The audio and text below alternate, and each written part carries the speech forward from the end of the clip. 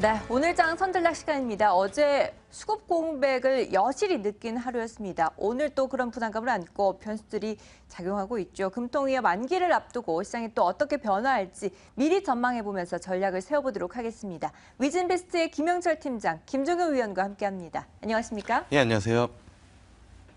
네, 어제 외국인들 수급 공백이 상당히 컸습니다. 이미 또 만기일에 대한 부담감을 안고 있죠. 청산 잔고 물량 출하에 대한 부담감 어떻게 생각하십니까? 오늘 변동성이 더 확대될까요? 예, 오늘까지도 이제 뭐 변동성 확대는 사실 피할 수는 없지 않을까 이렇게 좀 보고 있는 그런 상황이고요. 그리고 이제 최근에 한 일주일 시장만 놓고 보면 전형적인 이제 외도독 현상이 지속적으로 좀 나타나고 있다 이렇게 좀 보시면 좋을 것 같습니다. 그러니까 선물 쪽에서 이제 매도가 일부 나오면서 그게 이제 프로그램 차익 잔고 쪽에서 이제 매도가 나오게 만드는 그런 상황이다라고 보시면 좋을 것 같고, 어제도 그런 물량들이 상당히 이제 많이 나왔고, 최근 한 뭐 일주일만 놓고 보면은 프로그램 매도 쪽으로 한 1조가량 매도가 나왔기 때문에, 그럼에도 불구하고 아직까지 그 이제 차월물이랑 베이시스를 보면은 추가적으로 그 롤오버 하지 않고 매도로 나올 물량들이 좀 많지 않나 이렇게 좀 볼 수 있어서, 오늘 장 같은 경우에도 변동성이 좀 확대될 가능성이 상당히 높다 이렇게 좀 보시면 좋을 것 같고요.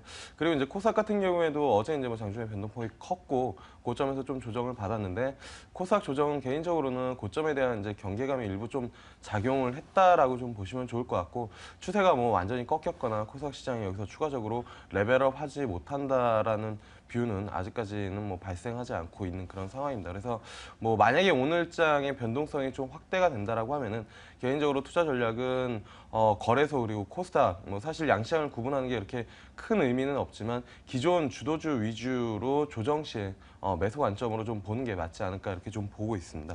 뭐 기존 주도주라고 하면은 코스피 같은 경우에는 뭐 정유화 그리고 건설 건자재 그리고 증권주 정도를 조정 시에 좀 뭐 편입을 할 수 있다라고 좀 보고 있고요.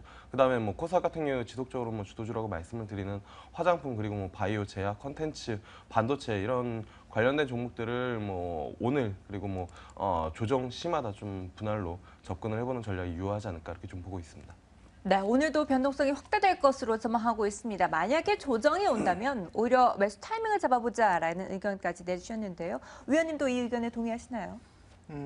저는 뭐 지수 기준으로는 변동성이 커지지 않을 거다. 왜냐하면 만기 변동성을 어느 정도 며칠간 흡수해 왔기 때문에 네. 실제로 지수와 관련된 변동성은 뭐 그렇게 커지지 않을 가능성이 있는데, 문제는 뭐냐면 오늘 금리하고 이런 것들 결정되는 과정에서 과연 시장에 의미 있는 반등을 보일 수 있느냐. 그래서 저는 오늘 주목하고 있는 건, 만약에 의외의 반등이 나온다면 이 반등이 최근의 하락을 깨고 올라갈 수 있을 만한 강력한 반등이 나오느냐가 더 중요하다라는 거죠.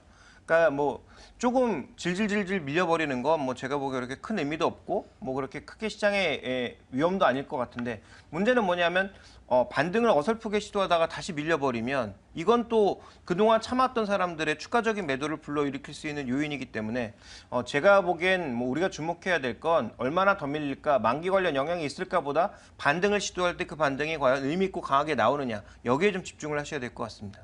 네, 알겠습니다. 반등이 나오더라도 단순히 하락분을 만회하는 수준일지 아니면 정말 의미 있는 레벨업일지는 한번 지켜봐야겠습니다.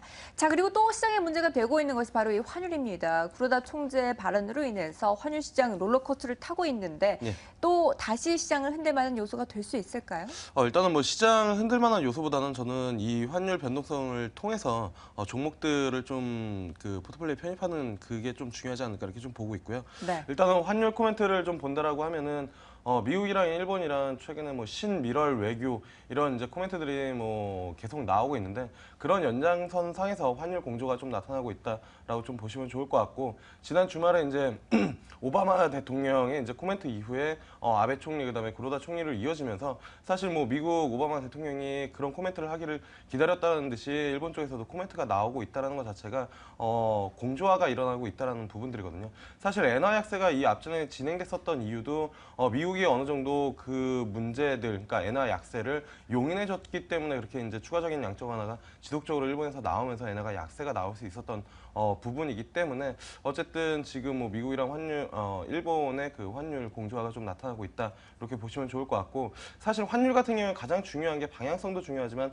속도의 문제거든요. 근데 달러 같은 경우는 지속적으로 강세의 흐름을 보여줬고 엔화는 지속적으로 약세의 흐름을 보여줬는데 이 흐름 자체가 약간 둔화되는 그런 모습들을 좀 보여준다라고 하면은 만약에 뭐 전체적인 큰 방향성은 달러가 뭐 여기서 갑자기 뭐 약세로 바뀐다라는 뷰는 아닙니다. 하지만 속도 조절 자체로만으로도 관련 종목이나 업종 시장에는 영향력을 미칠 수 있다라는 부분들이고 만약에 달러 약세가 나타난다라고 하면 뭐 어제 미국장에서도 뭐 그렇지만 일단은 원자재 특히나 이제 유가가 이제 반등을 하는 그런 흐름들을 좀 보여주는 상황이기 때문에 만약에 달러가 여기서 속도 조절을 해주면서 좀 약세 흐름을 보여주면 원자재 특히나 유가에 포커스를 두시고 정유 화학주들을 포트폴리오에 편입하시는 전략이 좀 유효하지 않을까 이렇게 좀 보고 있고요.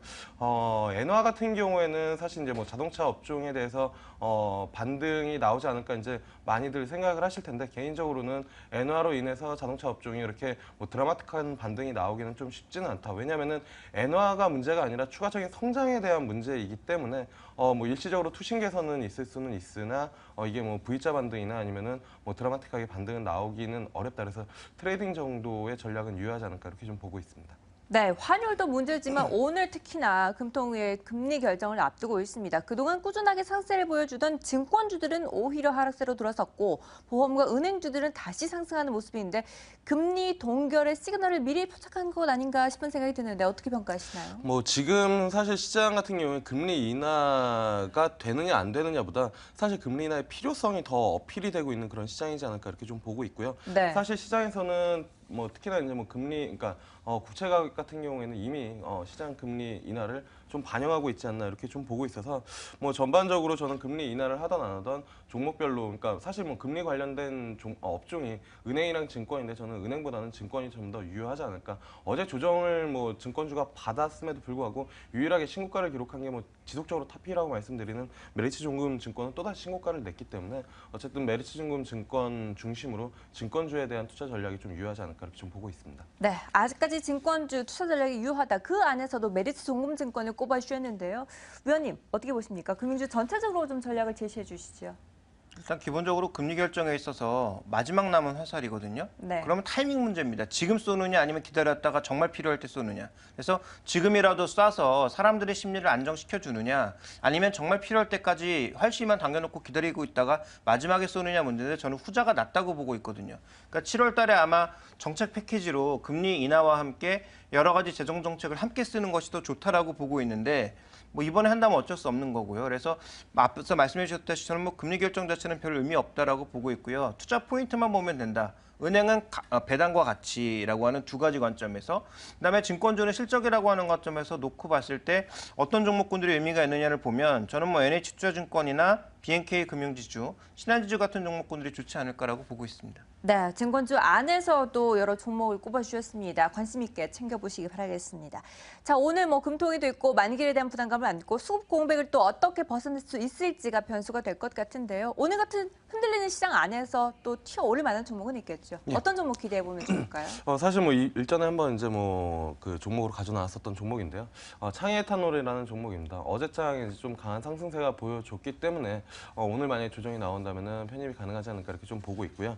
일단은 뭐 지속적으로 말씀드리지만 1분기 실적 뭐 양호하는 흐름들을 좀 보여줬고 그 다음에 이제 추가적인 성장 모멘텀이라고 하는 게 최근에 이제 저도 소주의 열풍으로 인해서 관련된 이제 뭐 주정 업체들이나 아니면 관련 사업군들 종목들이 강한 흐름들을 좀 보여주고 있는 그런 상황인데 뭐 창의에탄올도 보혜 양조 자회사 턴어라운드 모멘텀도 있고 어제 수급이 강하게 유입이 됐기 때문에 충분히 뭐 가능하지 않을까 이렇게 좀 보고 있습니다. 네, 알겠습니다. 창의 에탄올 오늘 꼭 기대해 보도록 하겠습니다. 위진베스트의 김영철 팀장, 김종효 위원과 함께했습니다. 말씀 감사합니다. 네, 감사합니다.